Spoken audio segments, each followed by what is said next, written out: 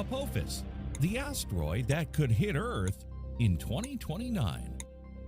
In the solar system, there are thousands of asteroids that orbit very close to the Earth. They are known as NEOs, near-Earth objects, and one in particular that some years ago raised concerns in the scientific community, since it had a high probability of colliding with Earth. This is the asteroid Apophis. Is this asteroid still on a collision course toward Earth? And if so, when will the day of impact occur? Keep watching to find out.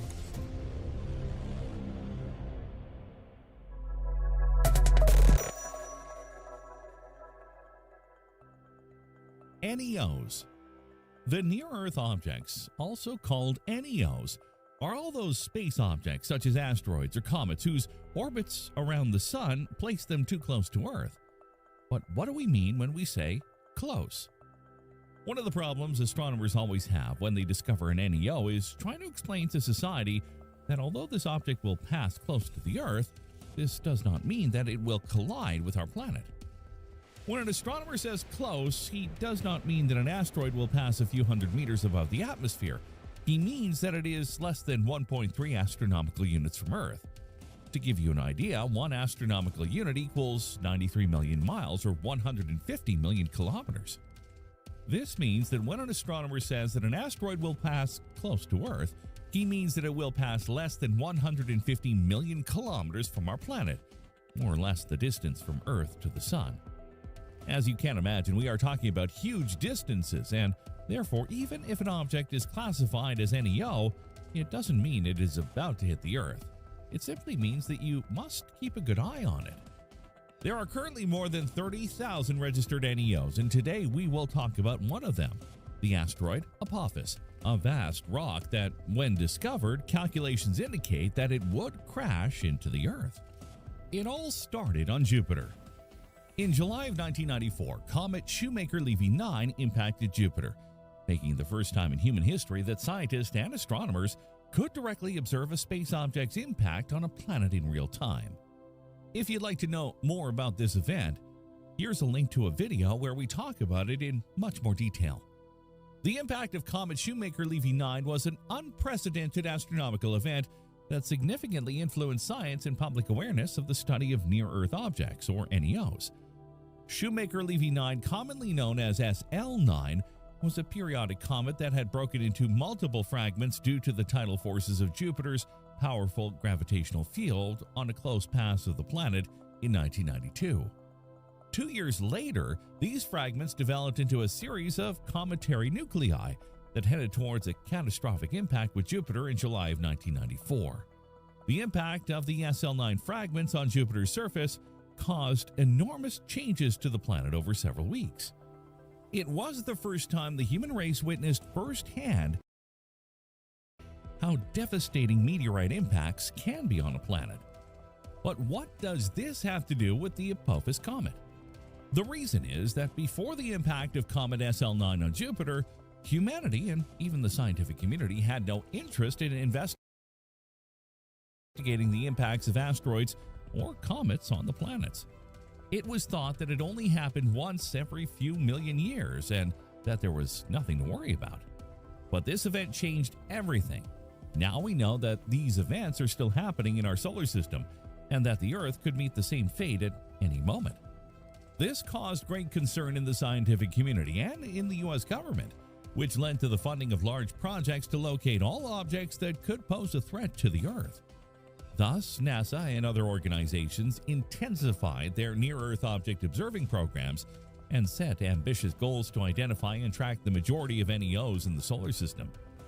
This included the goal of identifying 90% of NEOs larger than 1 kilometer in diameter by 2008, ushering in an era of increased awareness and preparedness for impact risk mitigation, as well as funding for scientific research projects focused on NEOs and the construction of astronomical telescopes and observatories to search for asteroids and comets with orbits close to Earth.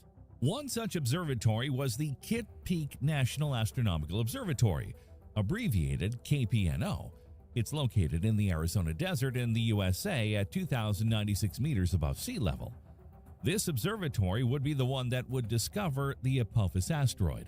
Before moving on, be sure to like or dislike the video so that we can approve them for you, the viewer. Plus, don't forget to subscribe to our channel by making sure to hit the notification bell so you don't miss any of our daily videos. Apophis, the bringer of destruction. After the desperate race to find objects that could impact Earth began, many observatories worldwide joined the search. Objects with collision courses against the Earth were found from time to time. Still, once the corresponding calculations were made, they were immediately discarded as they did not represent a threat to our planet. However, that changed on June 19, 2004. That night, during a routine observation session, researchers Roy A. Tucker, David J. Tholen, and Fabrizio Bernardi detected a small bright spot in the telescope images. This was not something new. They had previously discovered asteroids using the same technique. To detect asteroids, all you have to do is take several images of the sky every second with the background of stars. And if at any time you notice a point similar to a star that moves much faster than the stars, you should stop, pay attention, and analyze what it is about. This is what the scientists did. They analyzed the images based on the signals of light intensity and trajectory of the object. Thanks to that, they could determine its size. But when performing orbital calculations to estimate its trajectory, they discovered something that left them frozen. This object's orbit, with a diameter of more than 300 meters, indicated that it would crash into Earth on April 13, 2029. While this asteroid wasn't as giant as the one that killed the dinosaurs, it was big enough to destroy an entire continent without a problem. The threat was real. The researchers couldn't believe the findings, so they did what any scientist would do: try to disprove their discovery.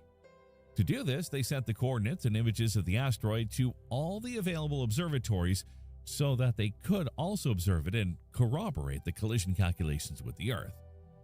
This turned out to be the most challenging part, since being a small body, it was difficult to observe. In fact, KPNO investigators only managed to observe it for 2 nights, and then they completely lost sight of it. With the images they had obtained during those 2 nights, everything indicated that the impact was imminent. Initially, the name 99942 was given, but as soon as it was known that the probability of a collision with our planet was high, the scientist who had discovered it began to call it Apophis. As a curious fact, many think that scientists gave it this name because Apophis is the name of the Egyptian god of destruction. But in reality, the scientists gave it this name because they were fans of the science fiction television series Stargate SG-1, in which one of the main villains is an alien called Apophis, who takes the name of the Egyptian god and whose main objective is to destroy the land. After being observed for only 2 nights, the discovery of Apophis began to appear in the news, and everyone began to talk about it. Still, a few months later, on December 18th of the same year, astronomer Gordon Garrad observed it again at the Observatory of Australia, and shortly after, it was seen from various observatories around the world. The asteroid Apophis was in everyone's sights, as it was the first object that had an actual probability of colliding with Earth. But is Apophis still on a collision course with Earth today? The most dangerous asteroid of all. Since its discovery in 2004, Apophis has been observed by dozens of observatories and telescopes worldwide, and even space telescopes have given us more information about its trajectory. Various global calculation systems made by hundreds of scientists show that the next closest approach date will be April 13, 2029. Experts predict that if Apophis hit the Earth, it would do so somewhere in a vast area between the Kamchatka Peninsula in Russia and the region of Venezuela. Then the probability of impact was also calculated. To the surprise of astronomers, in the first few days after its discovery, new observations from telescopes around the world increased the impact probability instead of reducing it, reaching as much as 2.7%, 1 in 37. This relatively high impact probability, combined with the size of the asteroid, more than 300 meters, made Apophis receive level 4 on the Torino scale. This value is the highest that any asteroid has ever achieved. The Torino scale is a method for classifying the hazard associated with the impact of near-Earth objects. It is measured on a scale of 0 to 10, where 0 is a no or almost unlikely probability of impact, 1 is moderate probability of impact, 2 to 4 means that the probability is high or it is a close encounter like Apophis. From 5 to 7 means that the asteroid represents a severe threat to the Earth and measures should be planned in case the impact occurs, and 8 to 10 means that the impact is 100%. In this case, 8 means that the impact will cause local damage within a range of no more than 1,000 kilometers. 9 means that the impact will cause regional damage, that is, the asteroid could destroy a large country or several small countries. And 10 means that the impact will cause a global climate catastrophe that may threaten all life on Earth or even cause the extinction of all species. At what number on the Torino scale is Apophis currently? On December 27, 2004, Apophis was found in images before the discovery date, and the calculation of its orbit could be fine-tuned, eliminating any possibility of a collision by 2029 and reducing its threat category 4 to level 0. So don't worry, you can sleep easy tonight. Apophis will not crash into the Earth, at least not for now. In 2006, during subsequent observations, some astronomers calculated that there was a possibility that during the 2029 close encounter with Earth, Apophis possibly passed through a gravitational lock, a precise location of space no more than 400 meters in diameter around the Earth, which they were placing it on a collision course for a future impact on April 13, 2036. But new orbital calculations indicated that the impact probably would also be low, ruling out a collision in 2036 and 2068, when the asteroid will pass close to Earth again. In short, Apophis is not expected to hit Earth, at least in this century. But we must not let our guard down, since hundreds of thousands of NEOs out there have yet to be discovered. Could it be that one of these days we'll find one with a threat level of 8 out of 10 on the Torino scale? In that case, finding it as soon as possible would be best. Why? Because the sooner we find it, the more time we will have to try to divert it and thus prevent it from colliding with our beloved planet. California is burning, and for the media, global warming is to blame. But the damage is already disastrous. Estimated damages are already around $150 billion. Local authorities and experts agree that these events are a symptom of a larger problem, climate change, and the need to adapt environmental policies. We acknowledge this, but we believe things are not quite as they seem, and we'll explain why in the second part of this exciting video. It all started on Tuesday, January 7th, when the Santa Ana wind swept through Southern California, first scattering embers and then fueling the flames of increasingly large fires. During the night, residents in the area received an alert message warning of possible gusts of up to 100 miles per hour, a terrifying escalation that turned an already precarious situation into a full-blown crisis. As the winds continued to blow, more embers took flight, igniting new fires in dry, fragile areas that hadn't seen significant rainfall in over 8 months. Los Angeles County, already grappling with drought, had essentially become a powder keg waiting for a spark. Firefighters faced an almost impossible task, with winds so strong they grounded the planes used to drop water and retardants. In a press release on Wednesday morning, authorities declared that all residents of Los Angeles County were considered to be in danger, initiating evacuation orders for tens of thousands of people, forcing them to leave their homes and leaving thousands more awaiting updates. By Wednesday evening, 3 massive fires in the hilly areas of Pacific Palisades and Malibu, the Sylmar neighborhood, and near Pasadena showed no signs of slowing down, causing at least 5 deaths and becoming some of the most devastating in California's history. Along with fear, indignation began to grow over a tragedy that everyone had seen coming, but no one had tried to prevent. From there, it was a short step to identifying blame and causes. The mainstream media was quick to frame it all as a natural disaster caused by global warming, mixing reasonable hypotheses and facts with the usual ideological spin. In the end, 3 main factors emerged from the media frenzy as contributing to the severity of the fires. 1. Dry vegetation. Over the past 2 years, Southern California experienced its 2 wettest winters, followed by an extremely dry start to winter. This led to abundant growth of grass and shrubs that, once dried out in recent months, turned into perfect fuel for the fires. Researchers suggest that prolonged periods of autumn and winter drought are likely linked to warming oceans. Essentially, rising warm air alters the path of the so-called jet stream, the fast-moving band of winds that regulates weather across North America. This creates undisturbed high-pressure zones in the atmosphere, causing unusual and prolonged drought periods. 2. Sparks from power lines. California's electrical infrastructure has always posed a significant fire risk. Overhead power lines, which are common, can spark in strong winds, igniting the vegetation below. Strong winds can cause power lines to sway and collide, break or detach, or fray their insulation, generating dangerous sparks. This was confirmed by Southern California's Edison decision to cut power in some areas during the windstorm that preceded the fires. 3. The Santa Ana winds. This is the typical season for the so-called Santa Ana winds, hot and dry air currents that accelerate as they descend from the mountains towards the coast. These winds not only fuel the fires but also make them difficult to contain, pushing the flames at unstoppable speeds. Alexander Gushinov, a meteorologist at the Scripps Institution of Oceanography, pointed out that climate change probably won't increase the wind speeds, but it could make them drier and hotter, further drying out vegetation and increasing the risk of fires. In short, with more natural fuel and stronger, hotter winds, once a spark ignites, vast fire fronts can quickly form and advance rapidly with the wind.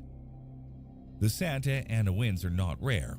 We see them every year around this time, says Jason Moreland, senior meteorologist at the emergency communication platform Alert Media.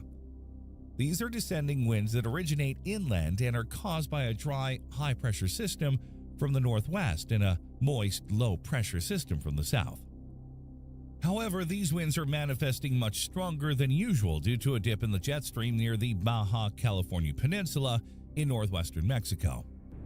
And the gusts, which are usually confined to higher altitudes, have apparently found free rein to blow at ground level. To summarize, the wet season in Southern California, which runs from October to April, saw a record drop in precipitation this year. Following one of the driest autumns on record, this led to a period of hot, dry, and windy days. Aggravating the problem were the above-normal precipitation levels in the previous 2 years, which led to the growth of vegetation and foliage in mountainous regions, creating an ideal setting for fires now that the vegetation has dried out and become more flammable. It's the effect of what climatologists call a whiplash.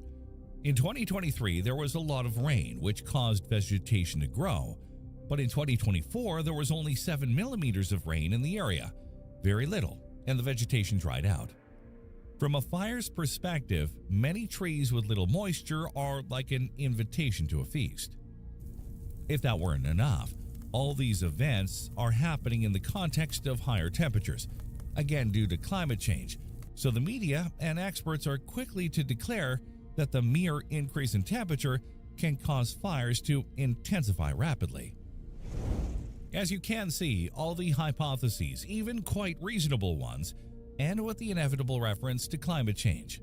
But among the experts, there are also some dissenting voices. Noah Diefenbaugh, a professor and fellow at Stanford's Woods Institute for the Environment, stated quite bravely that even if such events may seem extreme, they could be due to normal weather variability, and further research is needed to know if they are attributable to human-caused climate change.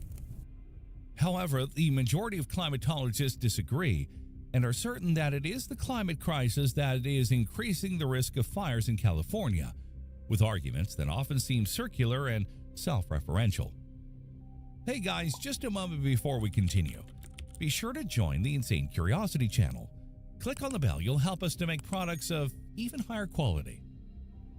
Regarding the headlines and articles from major U.S. newspapers, it seems the verdict is already in. Human-induced temperature rise is the absolute culprit for the California wildfires. This narrative, as usual, fits the green agenda and conveniently absolves politicians from accusations of negligence and incompetence. But let's consider the issue from a statistical and historical perspective. California's land area is about 100 million acres or 405,000 square kilometers.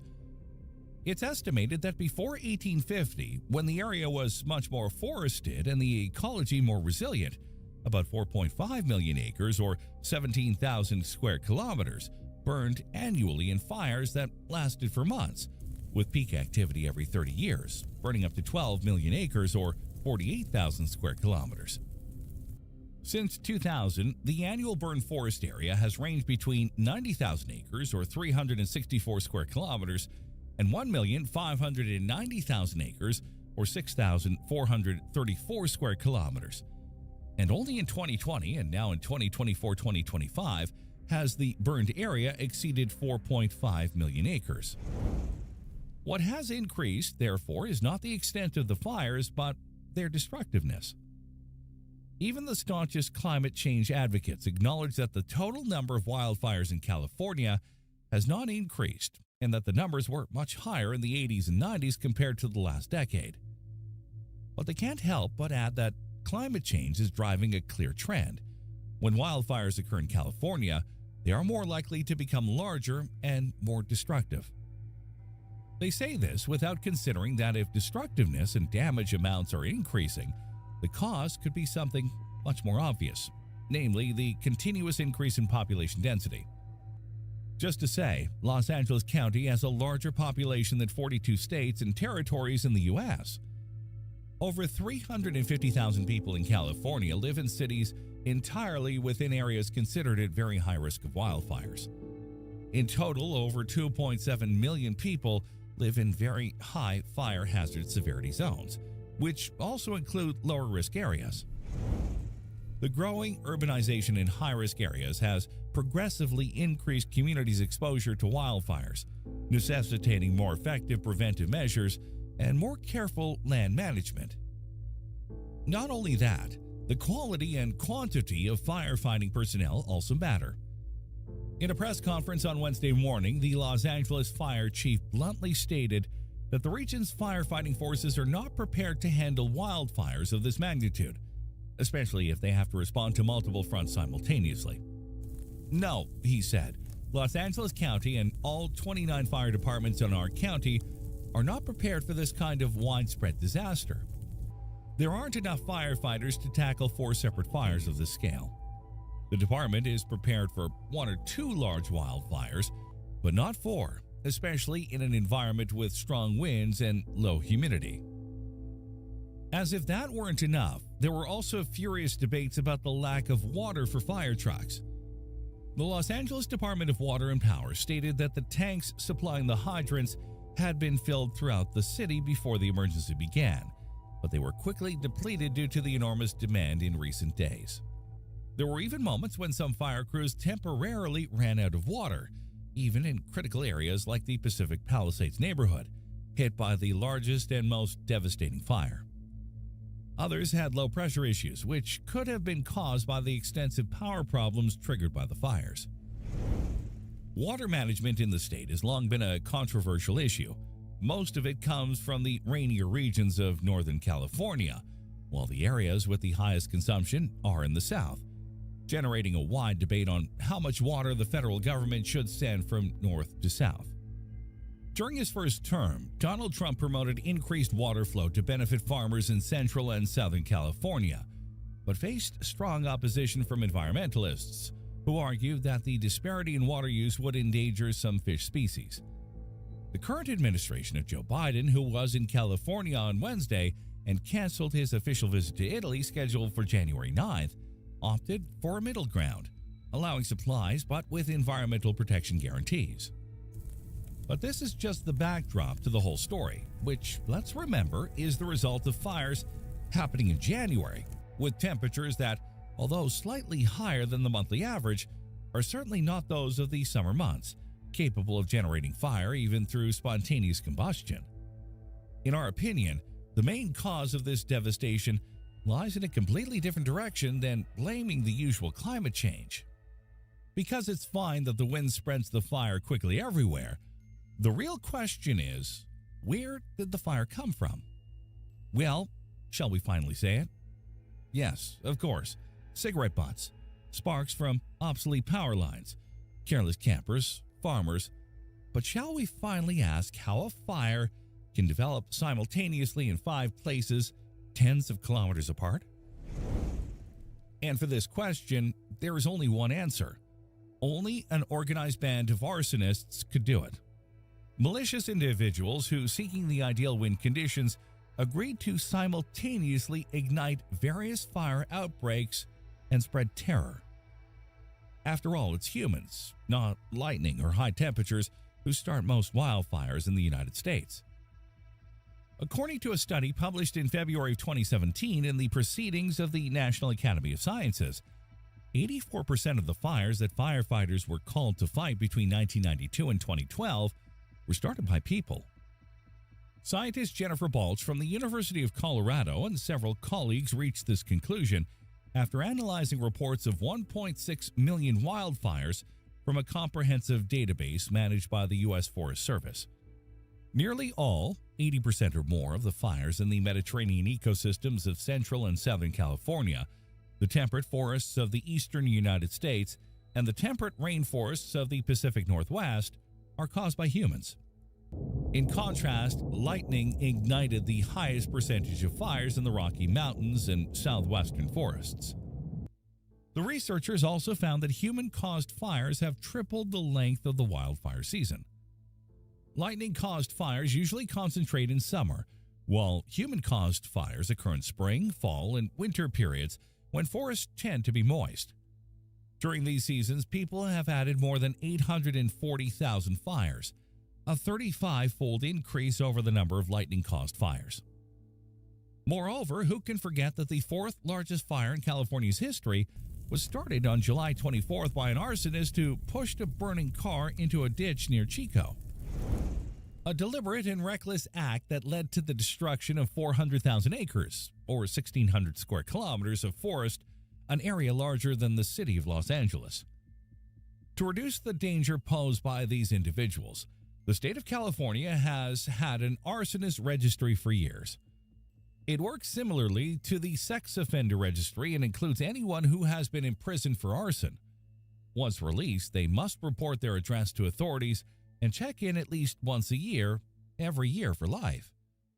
But obviously, without stricter controls, this is not enough. The keyword should be prevention. Especially in difficult conditions like those currently occurring in California, with very strong winds, it is not always possible to intervene with fire suppression means. Therefore, it is important to prioritize prevention. For example, by maintaining forests in rural areas which are experiencing significant abandonment and making investments to make the territory more resilient in both continental forests and Mediterranean scrublands. It is also necessary to monitor and refine the most at-risk areas to identify prevention priorities, as Salas notes, and prepare populations living near high-risk areas to adopt countermeasures to secure buildings. As of Sunday, January 12th, the wind has died down, but meteorologists say it will blow strongly again throughout the next week. Authorities have confirmed at least 16 deaths, but say it is still not safe to determine the actual total. Here is the current situation regarding the largest fires. Palisades Fire, located along the coast of Los Angeles County, the largest wildfire in Los Angeles County and the 3rd most destructive ever recorded in California, started on Tuesday in Pacific Palisades and has spread to 23,713 acres, or 96 square kilometers. Containment is at 11%. Eaton Fire. The 14,117 acre or 57 square kilometer fire started Tuesday evening in the hills above Altadena. Located northeast of Los Angeles, the fire is 27% contained and is the 4th most destructive fire ever recorded in California. Hearst Fire. The fire in the northern part of the San Fernando Valley started on Tuesday, covering nearly 800 acres or 3.2 square kilometers. The fire is 89% contained. Firefighters have completely contained or halted the advance of the Lydia Fire in the Antelope Valley north of Los Angeles, the Kenneth Fire in the western San Francisco Valley in Los Angeles, the Sunset Fire near Runyon Canyon in the Hollywood Hills, and the Woodley Fire in the Sepulveda Basin Recreation Area, also in the San Fernando Valley. Naturally, all this is blamed on climate change, that magic formula that absolves politicians from the blame for their policies while providing a convenient excuse to impose centralized control over energy and therefore life itself by the government. And there's a deeper irony in all of this. Even if climate change were indeed the primary cause of the fires in California, the solution to the problem should be the same. Reduce the available fuel that feeds the fires. Clear the underbrush and vegetation around homes and bury power lines where possible. And above all, raise public awareness, especially on windy days, about the need to monitor the territory to report the presence of malicious individuals.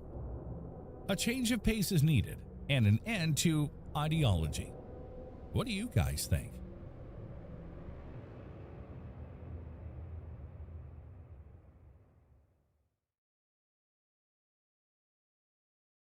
Los Angeles wildfires. What's happening and what are the causes? How did 2025 begin with one of the deadliest disasters in California's history? On January 7th, a catastrophic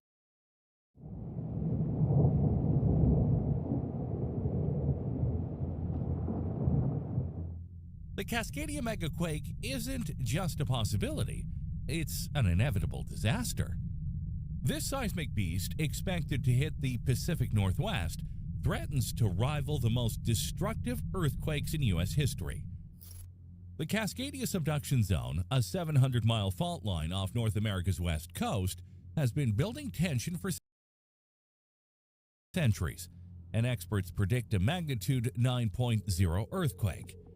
The 1700 quake left a trail of destruction, submerging towns and creating tsunamis that reached as far as Japan. Now, the stakes are even higher, with over 13 million lives and trillions of dollars in infrastructure at risk.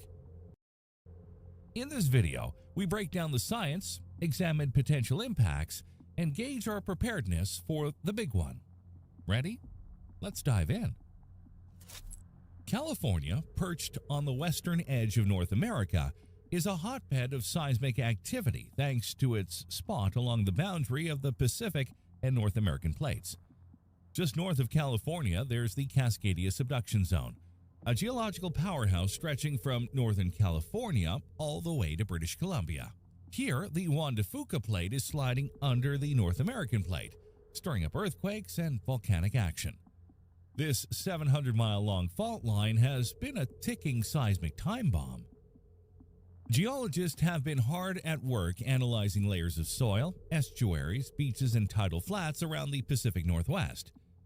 Using radiocarbon dating, they've pieced together a timeline of 40 massive earthquakes over the last 9,850 years.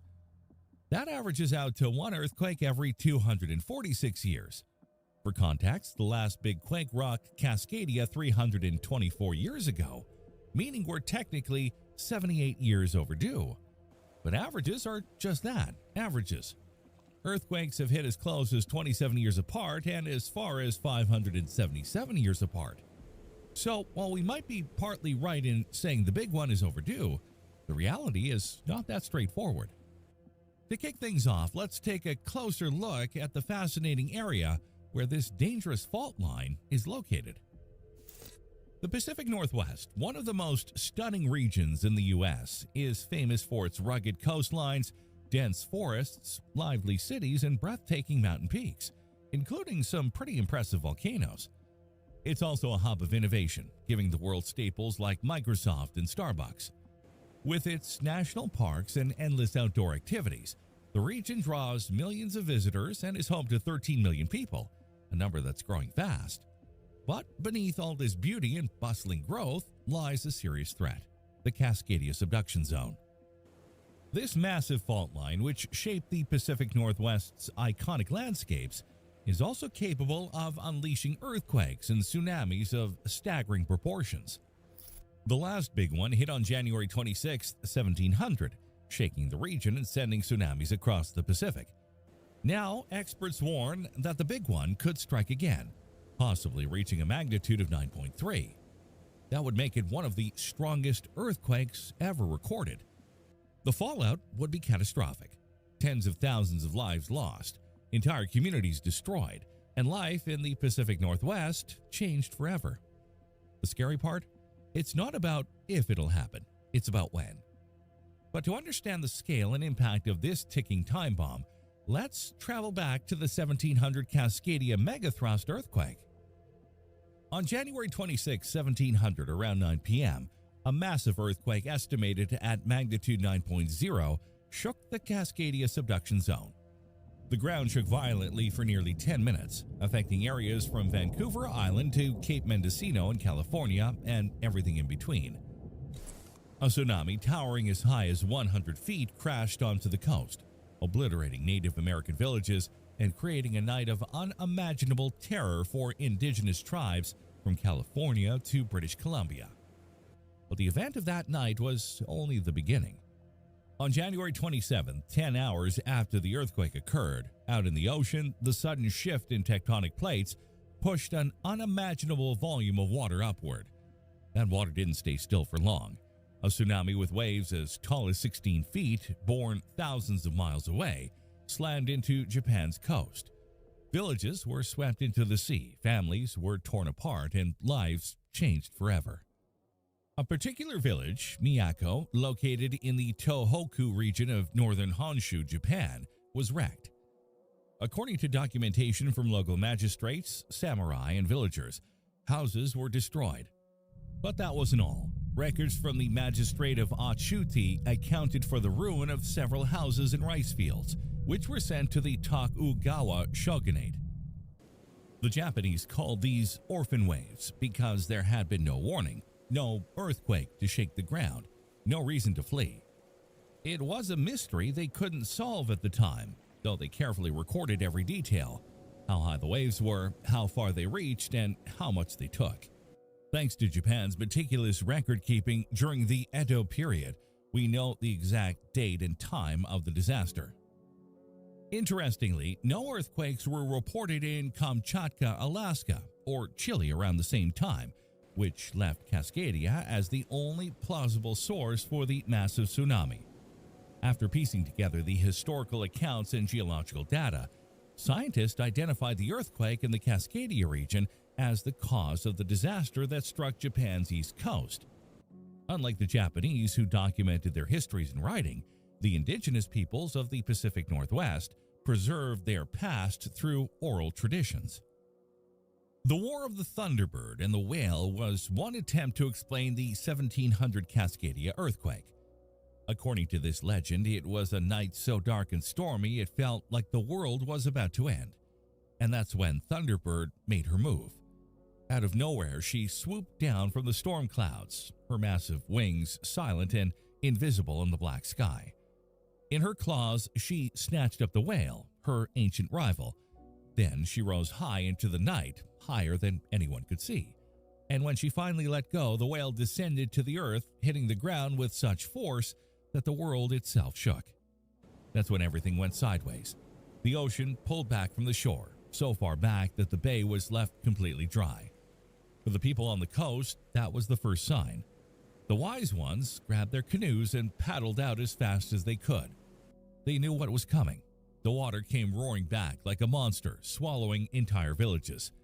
People, homes, and everything they'd ever known were swept away. The lucky ones who survived told of canoes stuck in treetops and land that looked completely unrecognizable. So, what caused the conflict between these legendary creatures? Some say Thunderbird was a hero, protecting the world from the evil whale. Others thought she was the villain, attacking an innocent creature. But the Thunderbird and the whale story wasn't the only explanation people had. Up on Vancouver Island, the Huayat people told a different tale.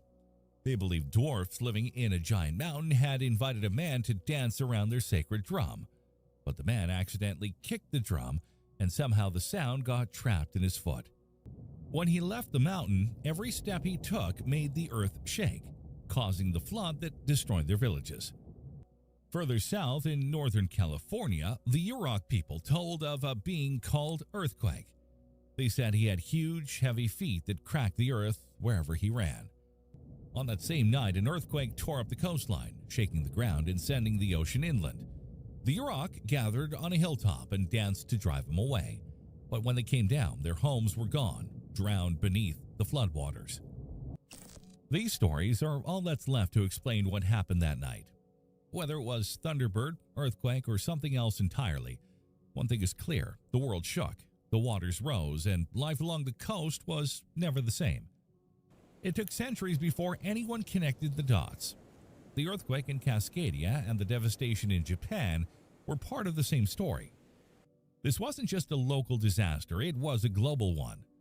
The 1700 Cascadia earthquake left behind a level of destruction that forever changed the region's landscape and its people. When the ground shook, it caused parts of the coastline to rise and fall. Some areas were lifted above sea level, while others sank into the ocean. But the reshaping of the coast didn't just change the land. It wiped out fishing grounds and altered the river mouths that were once a source of trade and transportation to those who lived around and traveled through it. For indigenous communities, the effects were devastating. Their fishing grounds, essential for food and trade, were lost, and with them, a way of life. The land that had supported their crops and offered resources for tools and shelter was now changed beyond recognition. But it wasn't just indigenes. Settler communities faced similar struggles. The infrastructure they had built was damaged, and food became scarce. Trade routes were cut off or altered, making it difficult to get the supplies they needed. Even the rivers and oceans, which had sustained the region's ecosystems, were affected. The tsunamis and flooding that followed disrupted the estuaries and tidal flats that salmon and other fish relied on for breeding. For the indigenous people, the loss of salmon was especially devastating, as it was their primary food source. Without the fish, the region faced a severe food shortage. The ecosystems that had supported life in the region for so long took decades to begin to recover. However, for many decades afterward, the true extent of this incident was largely unknown. Why was the scale unknown? And what exactly is the true science behind these quakes in the Cascadia subduction zone? The scientific community largely dismissed Native American legends and Japanese records about catastrophic events tied to the Cascadia region until the 1980s. That's when geologists began to rethink their assumptions about the Cascadia subduction zone. In the late 1980s and early 1990s, geologist Brian Atwater and biologist David Yamaguchi conducted groundbreaking research that changed the narrative. Their studies on the Cascadia subduction zone revealed a history of massive earthquakes, convincing the scientific community that this seismic fault was far more dangerous than previously thought. Atwater's work in particular shifted the consensus, highlighting the immense threat this fault posed to over 13 million residents in the Pacific Northwest. Atwater's research uncovered compelling geological evidence of past megaquakes by examining soil layers, tidal zones, and the growth rings of old coastal trees. Three key indicators pointed to the region's seismic history: rapid land subsidence, where land suddenly drops, layers of marine sand trapped between estuarine mud, and signs of abrupt stress or death in trees. These clues were directly linked to the plate dynamics beneath the Cascadia region. Specifically, land subsidence occurred when the North American plate slipped under during a major earthquake. To grasp this, it's essential to understand the type of earthquake unique to Cascadia, the megathrust earthquake. These are the most powerful earthquakes on Earth. The term megathrust combines their scale, mega, with the mechanics of their origin, thrust faults. A thrust fault forms when compressive tectonic forces push one layer of rock over another. As tectonic plates collide and compress, one plate inevitably slides under the other, creating immense pressure. In subduction zones like Cascadia, this process happens on a massive scale, making them colossal thrust faults. In the Cascadia subduction zone, the smaller Juan de Fuca plate dives beneath the much larger North American plate. This action causes the North American plate to crumple and rise slightly. However, during a megathrust earthquake, the stress built up between the plates is suddenly released, forcing the uplifted North American plate to drop back to equilibrium. Some coastal areas can sink by as much as 6 feet in an instant. An example of this phenomena is the Copalis Ghost Forest in Washington. There, a grove of western red cedar and Douglas fir trees died abruptly due to land subsidence triggered by the 1700 Cascadia earthquake. Another key piece of evidence is the layers of sand found between mud in coastal estuaries. These sand deposits are remnants of tsunamis that followed major earthquakes. When a tsunami crashes onto the land, it carries sand and marine debris, which settles over muddy tidal zones in rivers and wetlands. Over time, mud covers the sand, and the process repeats as subsequent earthquakes and tsunamis strike. Atwater's team discovered these sand layers in nearly every estuary from Canada to California, from small creeks to large rivers like the Columbia. These findings provided a clear record of repeated tsunamis over thousands of years. Finally, the sudden death or stress observed in trees in low-lying coastal areas provided another smoking gun. The simultaneous subsidence, sand deposits, and tree stress directly aligned with the 1700 Cascadia earthquake. These trees, particularly in ghost forests like those in Copalis, tell a story of dramatic land changes and environmental upheaval. All told, Atwater's team identified evidence of 40 major earthquakes in the Cascadia subduction zone over the last 9,860 years. This averages to one major quake every 246 years. However, the timing between events has varied widely, with intervals ranging from as short as 27 years to as long as 577 years. The last megathrust earthquake in the region occurred in 1700, meaning 324 years have passed since. Although the average recurrence suggests these events happen every 246 years, the variability in timing adds uncertainty to predicting the next catastrophic earthquake. Statistically, one could argue that the big one is overdue, particularly when considering the average recurrence intervals of major earthquakes. However, averages can be misleading. For example, the average of 10 could result from both 9 and 11, or from 1 and 19. What we can agree on is that there is a 14% chance of an earthquake of magnitude 9 or greater occurring by 2050, alongside a 37% likelihood of an earthquake of magnitude 8 in the same time frame.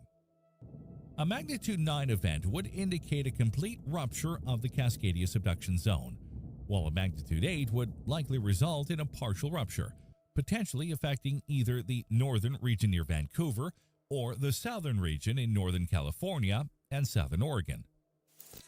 So, what does this mean for the approximately 13 million residents of the Pacific Northwest? The outlook is concerning. The Cascadia subduction zone itself was not identified until 1970, and earlier assumptions suggested it was either inactive or dormant. It wasn't until research by Atwater gained traction in the 1990s that awareness increased. Unfortunately, by that time, cities like Seattle, Portland, and Tacoma had already developed significantly. Seismic building codes were only implemented in 1994, leaving countless structures, including homes, bridges, and commercial buildings, constructed before then at considerable risk of collapse during a megathrust earthquake. A FEMA spokesperson aptly summarized the potential devastation, stating, "Our operating assumption is that everything west of I-5 will be toast." But seriously, what does toast even mean in this context? What does a magnitude 9 earthquake feel like? Stay tuned, as we're going to tackle all these questions and more. First, we'll dive into Cascadia's geologic setting by checking out other subduction zones. Then, we'll break down what a magnitude 9 earthquake really means by looking at how earthquake magnitudes are calculated and what it would feel like. Finally, we'll discuss what could happen in the Pacific Northwest if one of these massive megaquakes hits. Let's get started.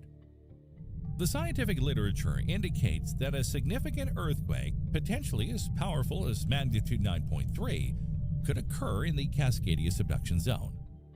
This region is notable because all recorded earthquakes above magnitude 9.0 have taken place in subduction zones. A prime example is the 2004 Sumatra earthquake, which registered a devastating 9.2 on the moment magnitude scale and resulted in the tragic loss of approximately 230,000 lives. It's essential to clarify that the moment magnitude scale, which is currently used by geologists, has replaced the old Richter scale for measuring seismic activity. The Richter scale has been outdated for about 45 years due to its inability to account for various factors influencing earthquake strength. The moment magnitude scale is logarithmic, meaning that each whole number increase on the scale signifies a 32-fold rise in the earthquake's total energy release. For instance, an earthquake with a magnitude of 8.0 is 32 times more powerful than one measuring 7.0, and it is a staggering 1,024 times more powerful than the one measuring 6.0. Recent studies by seismologists estimate that the maximum potential earthquake along the Cascadia subduction zone could reach a magnitude of 9.3. This assessment is based on the dimensions of the fault itself. The locked zone of the Cascadia subduction zone is approximately 1,000 kilometers long and on average about 83 kilometers wide. To grasp the potential strength of an earthquake should the entire fault line rupture, we can employ some calculations. The rigidity constant of basalt, the primary rock type along the Cascadia fault, is about 78 gigapascals, or 7.8 times 10 to the power of 10 newtons per square meter. The last significant rupture of this fault occurred in 1700, and the Juan de Fuca plate, which is the tectonic plate involved, moves at an average rate of 1.6 inches per year. Over the 324 years since the last major rupture, this translates to an accumulated strain of approximately 58.4 inches or 43.2 feet, which is equivalent to about 13.17 meters. If the entire fault were to release this accumulated strain in a single rupture, it could theoretically produce an earthquake with a magnitude of around 9.22. However, this scenario assumes that all stress has built up since 1700 without any release, which is unlikely. A more realistic possibility involves a partial rupture of the Cascadia subduction zone. For instance, if only 520 kilometers of the fault were to slip, with a slip width of 46 kilometers and only 5.5 meters of the accumulated strain were to be released, we would use the same calculations to estimate the moment magnitude. In this case, the earthquake would register at approximately 8.59. These calculations are consistent with estimates by the U.S. Geological Survey, the USGS, and other geological organizations, which anticipate significant seismic activity in the region. Understanding these potential scenarios is crucial for preparedness and risk management in the Cascadia subduction zone. The implications of such powerful earthquakes are far-reaching, affecting infrastructure, emergency response, and community resilience. Hey everyone, just a quick pause. If you're enjoying this video, please like it, subscribe, and tap that bell for instant updates. Now, what can we expect to go down when Cascadia finally erupts? We've run the numbers on two scenarios, a magnitude 9.2 full rupture and a magnitude 8.6 partial rupture. Let's focus on the full rupture because, let's face it, a partial rupture, while still serious, would be far less catastrophic and more geologically limited. By diving into the full rip scenario, we're essentially preparing for the worst while hoping for the best. So let's set the stage. It's a hot summer afternoon in the Pacific Northwest. People are leaving work early, hoping to escape the sweltering heat. Traffic is gridlocked as cars inch towards beaches, rivers, and lakes. Coastal towns like Seaside, Astoria, Newport, Ocean Shores, Arcata, and Brookings are packed with visitors. Many people from inland areas like Redding and Medford have also joined the throngs heading towards the coast. Little do they know they're moving into the heart of the tsunami zone. Meanwhile, just offshore, the Cascadia subduction zone has reached its breaking point. Decades of strain between the Juan de Fuca and North American tectonic plates are about to unleash an unimaginable force. The fault line, stretching from Vancouver to Northern California, begins to slip. Seconds before the ground starts shaking, phones across the region buzz with an emergency alert. Earthquake warning. Drop. Cover. Hold on. Scientists monitoring the situation from the USGS and seismology labs worldwide are already on high alert as their instruments detect the primary P waves of the quake. These are the silent precursors to the ground-shaking secondary S waves. The alert buys precious time for some. Many scramble under desks or door frames, but others freeze in panic, unsure of what to do, or worse, they dismiss the warning altogether.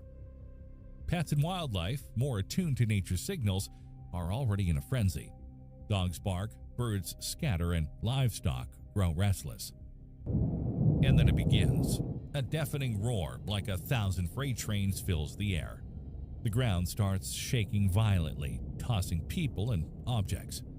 For over 5 minutes, an eternity in an earthquake, buildings sway, bridges crack, and infrastructure crumbles. In waterlogged areas like Seattle, Portland, and other low-lying regions, the shaking turns solid ground into liquefied sludge. Entire neighborhoods sink and twist as the earth falls beneath them.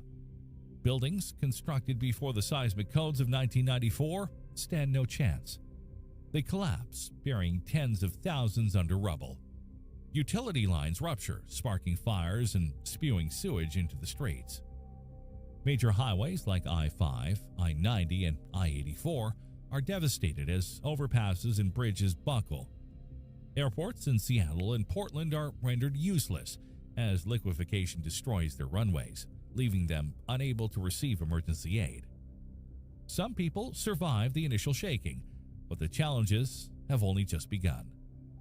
With utilities out, water unsafe to drink, and roads destroyed, survivors must fend for themselves.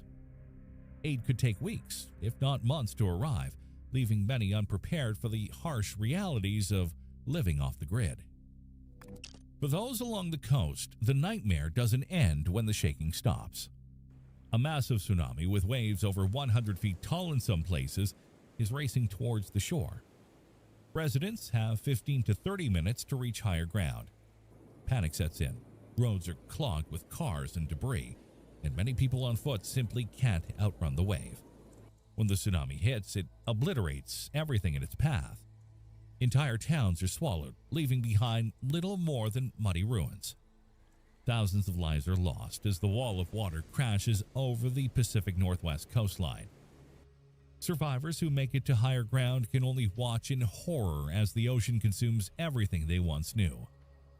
By the time the quake and tsunami subside, the Pacific Northwest is unrecognizable. Cities like Seattle and Portland are shattered. Skyscrapers have crumbled, bridges have vanished, and fires rage uncontrollably. Landslides in mountainous regions bury roads and villages, cutting off entire communities. Coastal areas are permanently altered, with some regions sinking by as much as 6 feet due to rapid subsidence.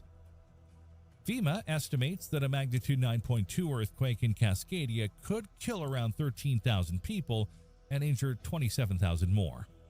However, these numbers could skyrocket as the region is home to 13 million people. Seattle-Tacoma alone houses 4 million, and Portland adds another 2.2 million, many of whom live in buildings that aren't up to modern seismic standards. If you think this sounds exaggerated, let's look at history. In 2011, Japan, the global leader in earthquake preparedness, was struck by the Tohoku earthquake and tsunami. Even with their gold standard engineering, over 20,000 lives were lost. If the most seismically prepared nation couldn't escape such a catastrophe, why would a region like Cascadia fare better? We've also seen the grim consequences of ignoring seismic activity in Turkey. In 2023, a magnitude 7.8 earthquake killed over 60,000 people, largely because poorly built structures collapsed. While the Pacific Northwest buildings aren't as subpar, a disturbing number still lack proper seismic retrofitting and will likely crumble under the pressure of a major quake. But there is hope. It is much more likely that a partial rupture will occur rather than a full one. While a partial rupture would still be significant, with potential magnitudes ranging from 7.6 to 8.6, it would be far less catastrophic than a full magnitude 9 event. Moreover, progress is being made. Since 2014, seismic retrofitting has become a priority across the Pacific Northwest. In Portland, for instance, there were no earthquake-resistant bridges a decade ago. Today, 2 bridges meet seismic standards, and more are being reinforced. Similar efforts are underway in cities like Seattle and Eugene. Schools, hospitals, and critical infrastructure are being upgraded to withstand a major quake. Emergency preparedness campaigns have also ramped up, encouraging families to stock up on supplies, create evacuation plans, and learn basic survival skills. Awareness is growing, and while there's still a long way to go, the region is slowly becoming more resilient. Despite these efforts, it's still a race against the clock. If the big one were to strike tomorrow, the Pacific Northwest would face an unparalleled disaster. However, if it holds off for another decade or two, the region will be in a much better position to withstand the blow. Ultimately, preparation is the key. While no one can stop the Cascadia subduction zone from unleashing its fury, building resilient infrastructure and cultivating a culture of readiness could mean the difference between survival and catastrophe. For now, the clock is ticking, and every effort counts. And that's a wrap for today. Do you think the next Cascadia earthquake will happen anytime soon? Is there a region you think is more prone to a more urgent earthquake? Feel free to leave your answers in the comments below. 9 more amazing facts about the solar system.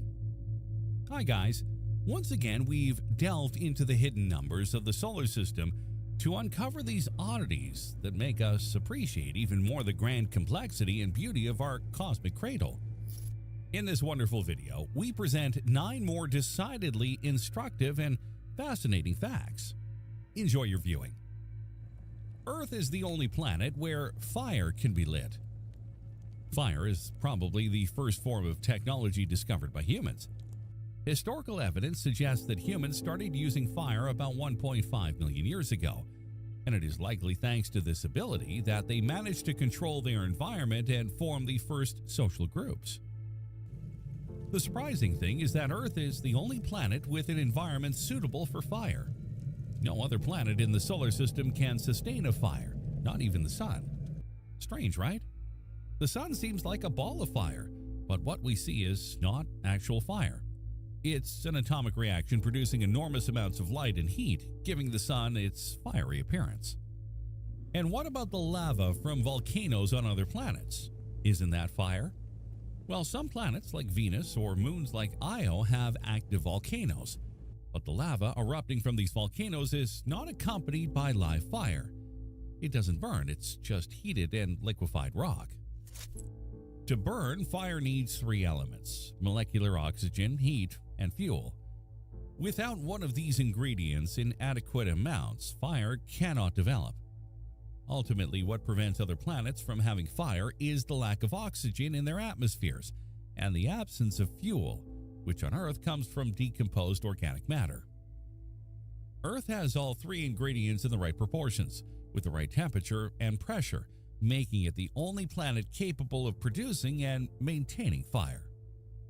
The Sun loses about 6 million tons of mass every second. The Sun loses mass in 2 main ways. The first is through the solar wind. The Sun's surface is hot enough to boil off electrons and protons, which then drift away from the Sun, creating a wind of ionized particles. When these particles hit Earth's upper atmosphere, they can produce auroras. The solar wind varies in intensity, but satellite observations show that the Sun loses about 1.5 million tons, 1.4 million metric tons, of material every second due to the solar wind. The second way the Sun loses mass is through nuclear fusion. The Sun fuses hydrogen into helium in its core, producing its life-giving glow for billions of years.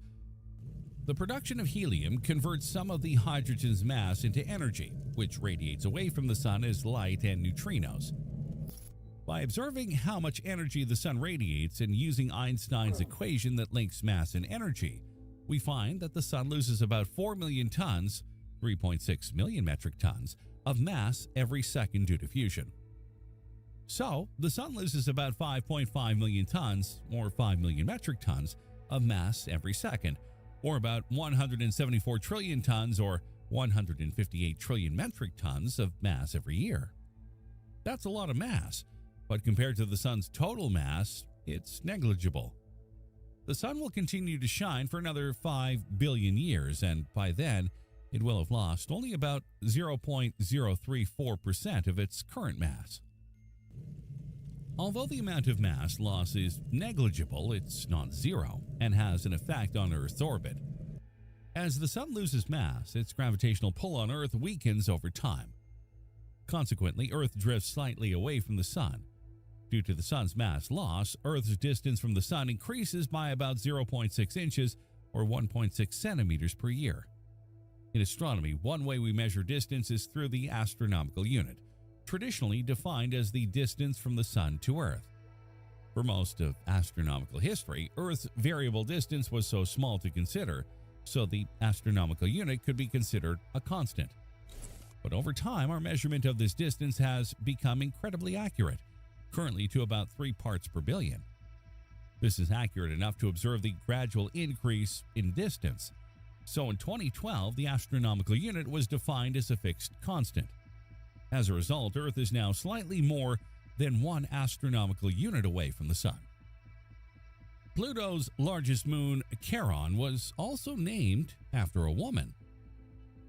Remember the romantic story of Venetia, the English girl who in 1930 named the object we now know as Pluto?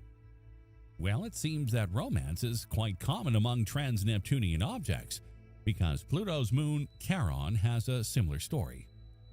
In July of 1978, the discovery of a satellite orbiting Pluto, which was still considered the 9th planet of the solar system at the time, made headlines.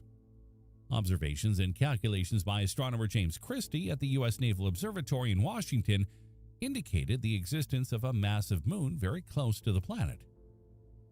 It was a significant discovery, and Christie wanted to exercise his right as the discoverer to name the new arrival after his wife, Charlene. His colleagues, however, leaned towards a more classical name like Persephone, the wife of Hades, the Greek equivalent of the Roman god Pluto. A compromise was reached. The satellite would be named Charon after the ferryman who transported souls across the river Acheron, one of the 5 mythical rivers surrounding Pluto's underworld. The name also honored Charlene, as the first 4 letters CHAR matched her name. The name was accepted by the International Astronomical Union in January of 1986. Hey guys, just a moment before we continue. Be sure to join the Insane Curiosity channel. Click on the bell. You'll help us to make products of even higher quality. As of today, 278 moons. Imagine this. In 1900, only 22 natural satellites in the solar system were known, including our moon. By 1950, the total had risen to 29, but by 1970, it was still 29. In 1980, with the first data from the Voyager missions, the count reached 41. By 1990, with Voyager 2's flybys of Uranus and Neptune in 1986 and 1989, the number increased to 58. By 2000, thanks to the widespread use of CCD sensors on ground-based telescopes, the count reached 87. Today, as of October 2024, thanks to surveys conducted from Earth with large telescopes and from space with space telescopes, the moons of the major planets have grown to 275, not counting those found around dwarf planets and asteroids. Except for Mercury and Venus, all the planets have their own natural satellites. The red planet, Mars, has 2 moons called Phobos and Deimos, the latter being the smallest found to date, although new moons and record candidates are being discovered all the time. Jupiter has 95 known moons, including Io, Europa, Callisto, and our solar system's largest moon, Ganymede, which is even bigger than the planet Mercury.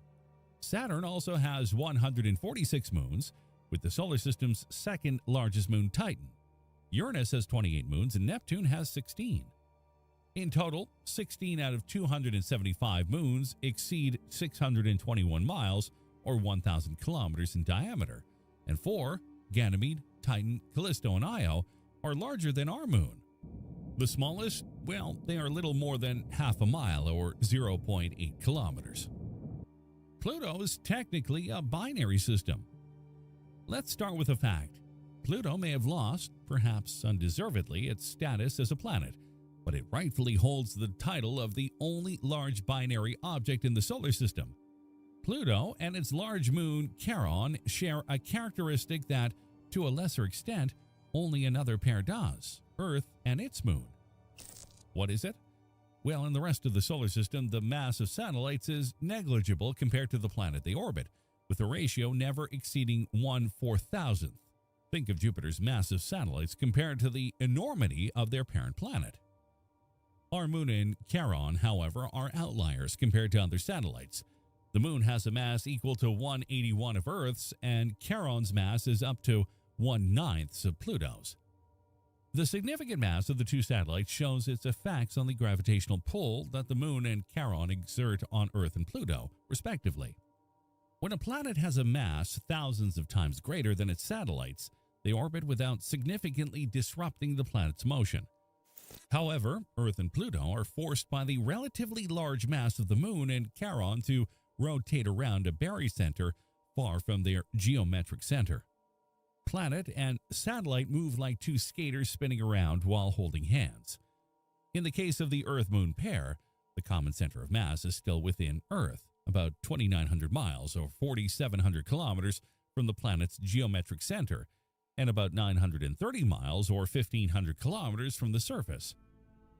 In the case of Pluto and Charon, the center of mass is in space between the two bodies, about 590 miles or 950 kilometers above Pluto's surface. This allows for the Pluto-Charon pair to be called binary. The most accepted definition for a binary or double planet is that the barycenter of the pair must be outside the more massive body. Using this test, Pluto and Charon are a double planet, while Earth and the Moon are not, though just barely. Uranus and Neptune are not gas giants as commonly believed. They actually belong to a separate category of giant planets called ice giants. This is because less than 20% of their mass is made up of hydrogen and helium. True gas giants like Jupiter and Saturn are over 90% hydrogen and helium. In 1952, science fiction writer James Blish coined the term gas giant, which was used to refer to the large, non-rocky planets orbiting in the outer solar system. However, since the late 1980s, with data collected during Voyager 2 flybys, the compositions of Uranus and Neptune have been considered significantly different from those of Jupiter and Saturn. For this reason, scientists increasingly classify Uranus and Neptune as ice giants to distinguish them from gas giants. Jupiter and Saturn are primarily composed of hydrogen and helium, with large mantles of metallic hydrogen, which acts like a metal due to the pressure and temperature inside these planets, and only small cores of rock and ice. That's why they are called gas giants. They are mostly gaseous with very little rock and ice. Uranus and Neptune contain some hydrogen and helium, but also heavier elements like oxygen, carbon, nitrogen, and sulfur. Beneath their relatively thin outer shells of hydrogen and helium, the mantles of these planets are largely made of compressed slushy water and ammonia. The rocky and icy cores of the ice giants are also proportionally larger than the amount of gas they contain, unlike the gas giants. Additionally, Uranus and Neptune, about 31,000 miles or 50,000 kilometers in diameter, are significantly smaller. All these differences, though small, suggest a somewhat different origin for the large planets of the outer solar system.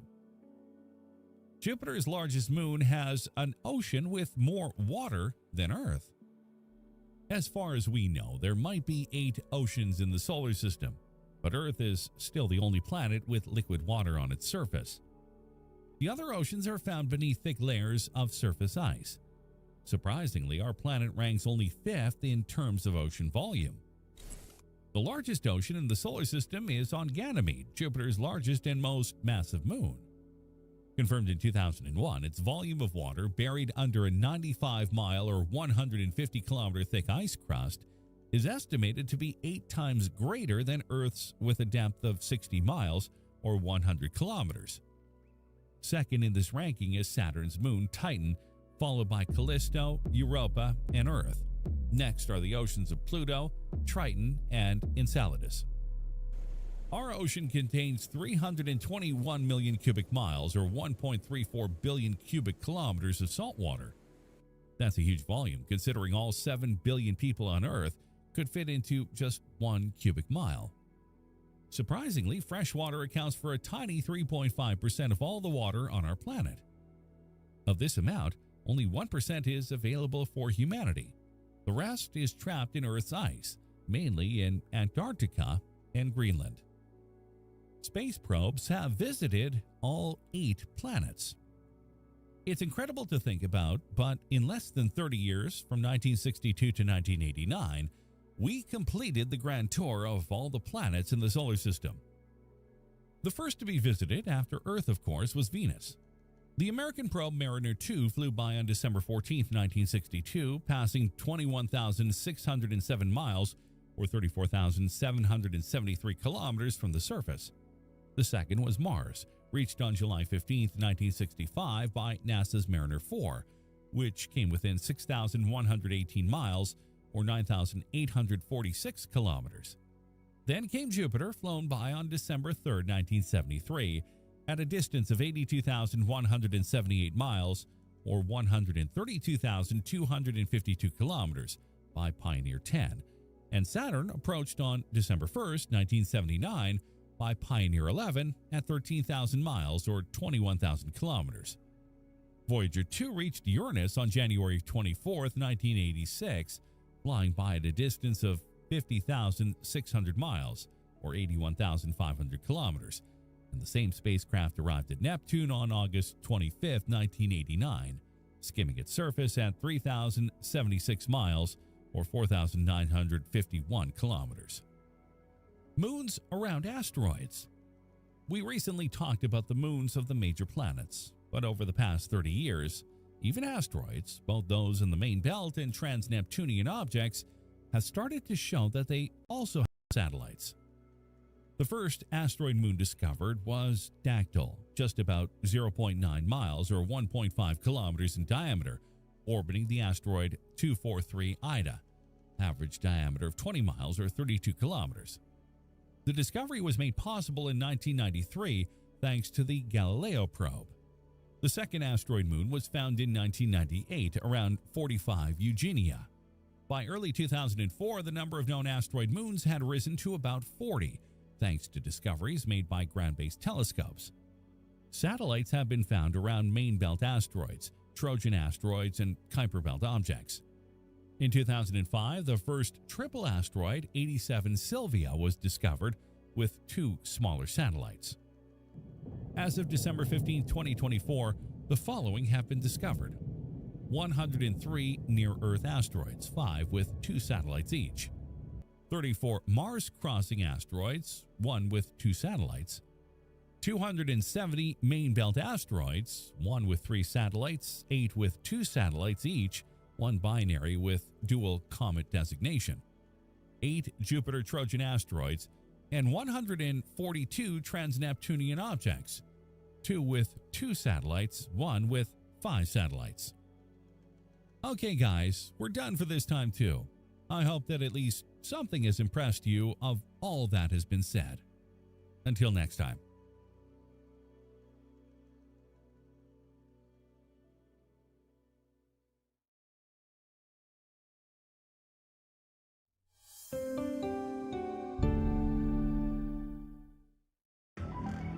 They're the most mysterious particles ever discovered. Tiny ghosts hidden in our world. Now scientists are on a mission to unlock their secrets. They're called neutrinos. The story of their discovery is almost impossible to believe. If they had bolted the detector in place, the nuclear bomb would have just smashed to smithereens. He disappeared through the Iron Curtain and for 5 years disappeared off the face of the planet. And astonishing experiments that keep defying the laws of physics. Even as someone who builds these experiments for a living, it just seems mind-blowing that they ever work. Today, scientists are using neutrinos to probe the edges of our detectable universe. They're on a mission to reveal a hidden world of particles unknown. Right now on Nova.